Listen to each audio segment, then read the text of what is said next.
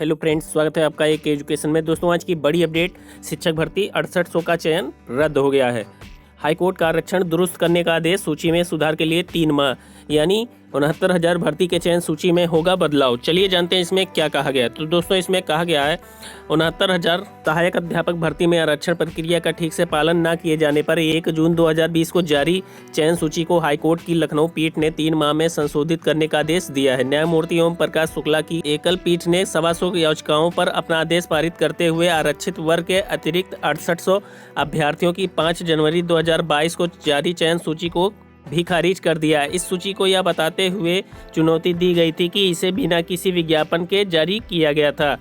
याचिकाओं की तरफ से कोर्ट को बताया गया 69,000 सहायक शिक्षक भर्ती प्रक्रिया में आरक्षण नियमावली का ठीक से पालन नहीं किया गया। इस कारण आरक्षित वर्ग में चयनित 18,988 अभ्यर्थियों को जारी कट-ऑफ में 65% से ज्यादा अंक प्राप्त करने के बावजूद सामान्य श्रेणी की सूची में शामिल नहीं किया गया।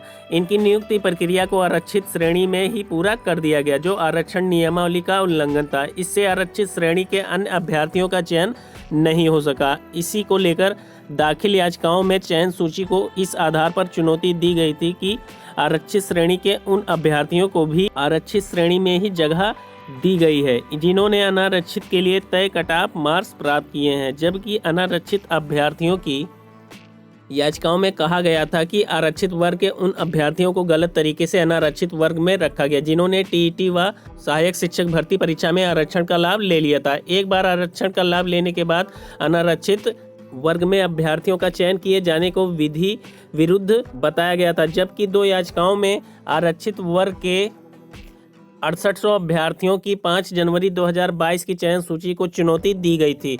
कोर्ट ने निर्णय में कहा कि टीईटी में आरक्षण का लाभ लेने को सामान्य श्रेणी का कट-ऑफ मार्क्स पाने पर अनारक्षित वर्ग में रखा जाना सही है, क्योंकि टीईटी एक अभ्यर्थी को सिर्फ सहायक शिक्षक भर्ती परीक्षा में भाग लेने के लिए उपयुक्त बनाता है। और हाई कोर्ट के द्वारा यह कहा गया कि चयनित अभ्यर्थियों को भी राहत, यानी कोर्ट ने कहा कि ऐसे सहायक अध्यापक जो कि वर्तमान में कार्यरत हैं, चयन सूची को संशोधित किए जाने की प्रक्रिया में अपनाए जाने तक उनकी सेवा में किसी भी प्रकार का कोई हस्तक्षेप न किया जाए।